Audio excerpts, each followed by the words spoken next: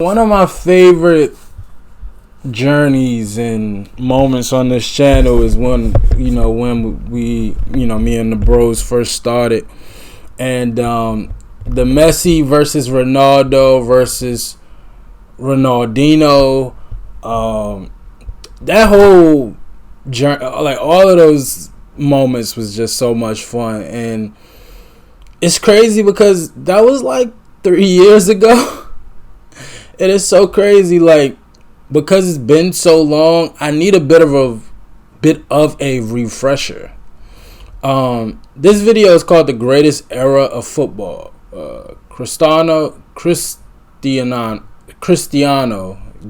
Ronaldo, and Lionel Messi. I remember some crazy highlights. I remember some crazy moments. I do remember that Messi is the more accomplished by far, but Ronaldo is almost a MJ LeBron kind of thing. I could be wrong. Like, that might be a terrible comparison, but I don't know. It just seems like Ronaldo is more like the kid. Like, the kids really like Ronaldo, and he's the ladies' man, this, that, and the third. And Messi is just the greatest. You know what I mean? So, but I could be completely wrong. So don't kill me if my analysis is all wrong. But I'm ready to watch this, man. And again, I really need a refresher. It's a few highlights that come to mind, but for the most part, I really don't remember anything from those journeys. So I'm really excited to get back into this, man. So let's not waste no time. Let's go. El mejor jugador del mundo, Cristiano.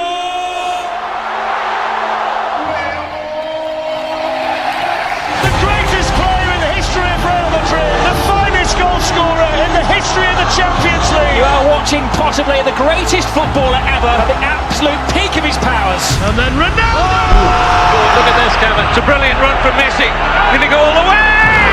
Ronaldo turns into trouble. Brilliant forward. Amazing goal. Messi. Ronaldo. Oh, Messi! What a goal! Not too far out for A him. priceless goal from Lionel Messi. Ronaldo. Unbelievable. Messi shot. Messi. Oh, you beauty. Who is the best player in the world?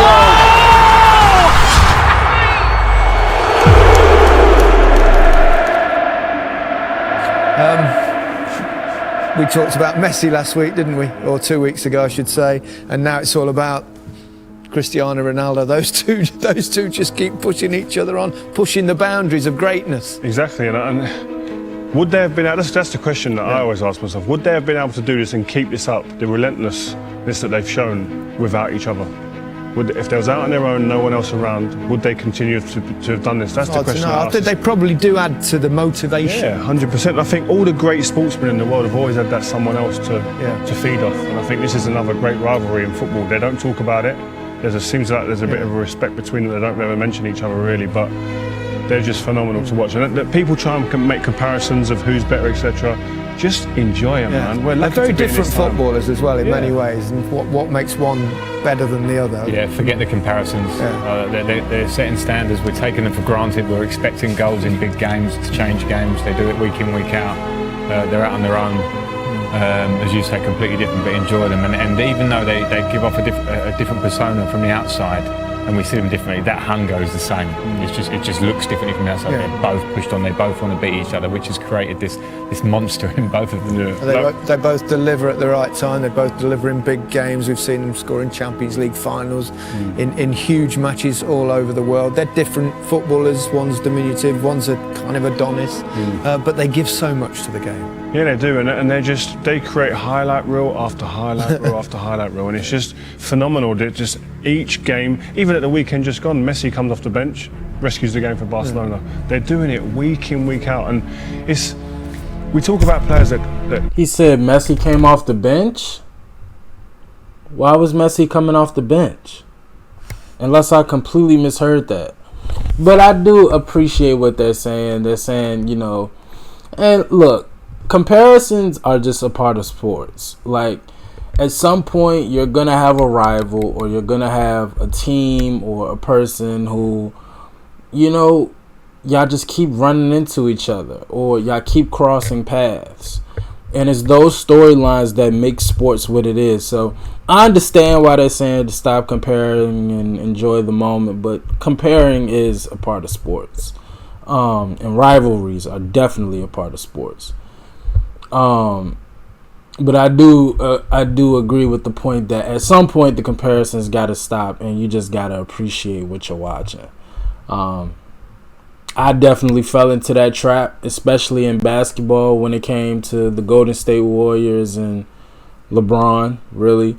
It just got to a point where, because they were in the finals so much, I really didn't even appreciate what I was watching in regards to the greatness of Steph Curry, Klay Thompson, KD, and LeBron, within that time frame. And then it kind of took for it to be gone and realize, wow, like that was some great games and some great moments. So, But yeah, did I hear him say Messi came off the bench? Why did he come off the bench? Well, just each game, even at the weekend just gone, Messi comes off the bench, rescues the game for Barcelona. Yeah. They're doing it week in, week out, and we talk about players that get to the top. There's many players that get there and stay there for a year or two. Yeah. These lot have been there for 10, 12 years doing it, and when you look back and you start looking at the stats, like we said before the game, he's almost, I think he's a goal off 650 goals, Ronaldo. That is more than I had appearances. What about you? Similar? Yeah, similar. It's like, it's ridiculous. So to see it when you put it down like that, these guys are just breaking. It's difficult for everybody else. You can't live with that. No. When individuals that good in a team, it makes it very hard for every other team to deal with. You can talk about players from different eras, and that's kind of unfair as well, because things change in the game. Yeah. The pitches are much better now that they play on. The facilities are better. The diet, everything is much better, isn't it now? Yeah. So it's hard to compare players from different generations, but the numbers. The numbers, the statistics of these two are truly extraordinary. Yeah, that's what stands out. And the game is a lot quicker, I have to say now. So these things probably level themselves out. Great players in different eras will be great players anyway. But as you say, the numbers make a difference. People can overlook stats. You can't. They smack you in the face. Yeah. The stats are incredible. To say that he scored more goals than appearances for Real Madrid, 650. I mean, that's abnormal. I mean, I don't want to butter you up too much, you two guys, but you two world-class players, and you sit there and we watch players, and you're thinking you're in awe of them in many ways, and they're at a different level to world class. Yeah, you can't look at that. Yeah. Like, they're up there somewhere, and all the other players in the world don't care what their egos are saying and what they think of themselves. They're looking up there going, I wish, and I can't get to that level. They ain't going to get to that level. It's like Frank said, it's abnormal. But what I would say about what it gives a team when you've got a player like that in your team, the confidence that spreads throughout the team, that we do our jobs right, we just get it right ourselves, keep the back door shut, no goals against. He will score us a goal. He'll get us a chance minimum. I remember when I played against Diego Maradona and met him on a couple of occasions, obviously 86, the World Cup game where, not the handball goal, but the other goal. It was the one time in my whole career where I felt like I ought to applaud. I mean, you get those sort of moments of players having a respect for genius. Yeah, and that, sorry to interrupt, Frank, but them type of goals, like, as a football fan, I remember the commentary on that goal. That turns, a little squat man, like, you remember things like that. It's like today, people remember where they were when that goal went in, and likewise, Zidane goal in the Champions League final. These goals create great memories, and you remember that occasion and that time, what you was doing, what you was wearing, etc. Unbelievable. I think, I can't split them at the moment, but I think they are over all the eras. And we see old videos, it's not easy to compare, but the ruthlessness, not just the ability, but the hunger and the ruthless finishing and the longevity, game after game, year after year, scoring in important games, things that we take for granted. It's not been done before to this level, it hasn't. It's Ronaldo. Oh, he's done it! He has only gone and done it! Could this be the hat-trick before half-time? Oh, brilliant! The most talented footballer of his generation. Cristiano Ronaldo takes his time, still got time. Oh, 2-0. Messi away from 2, 3, 4. Wonderful, wonderful, wonderful. How good is he? Cristiano. I swear, man, to play football, like, these dudes run so fast that, like, if I ran like the fastest I could run, I can't kick no ball. Like, I can't, like, that level of footwork, and that's one thing that I recommend to all young athletes. Play football, soccer. Both American football and real football. Play both. The American football more so obviously for the physicality and just what's needed to be a really, really good American football player. I don't know. It's just certain qualities that I just don't think you get anywhere else. And the footwork that you have to have in order to play real football is like your feet. You have to be so light on your feet. Like, that's one of the many things that I wish I had did when I was a kid. To this day, I'm very flat-footed. I put a lot of weight on my feet, even when just walking. You know what I mean? These guys are so light on their feet. They're able to do all of these quick movements, run at 100%, and still like shift directions. So like, you only get it if you play. Like, the speed at which these guys move and cut, it's like it's scary, honestly. Ronaldo, who else on a big night? Grip ball. Ronaldo, he's onside. He's beaten the defence. He draws Valdez. Cristiano Ronaldo with a platinum touch. Lionel Messi. Oh my goodness! Lionel Messi does it again. He's superhuman. Another chapter in the incredible story of this little man. Quería la 3, acá está la 3. Vica el Barça y Vica Cataluña. 1, 2, 3, ¡a Madrid!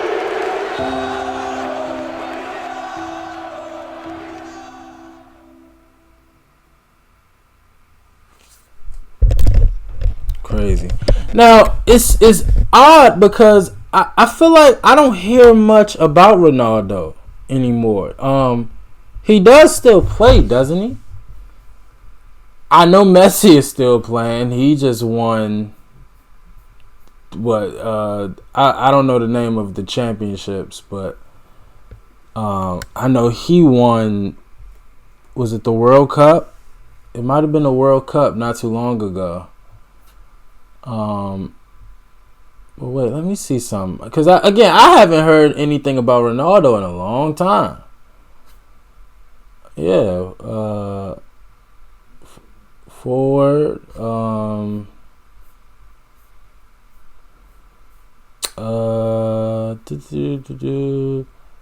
Portuguese. Okay. Plays forward and captains both Saudi Pro League and Portugal national team. Okay.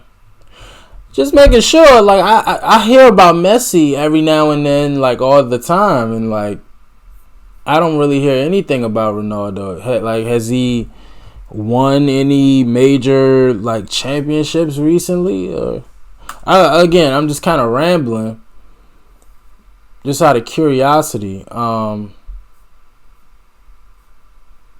He's 39. Ronaldo is.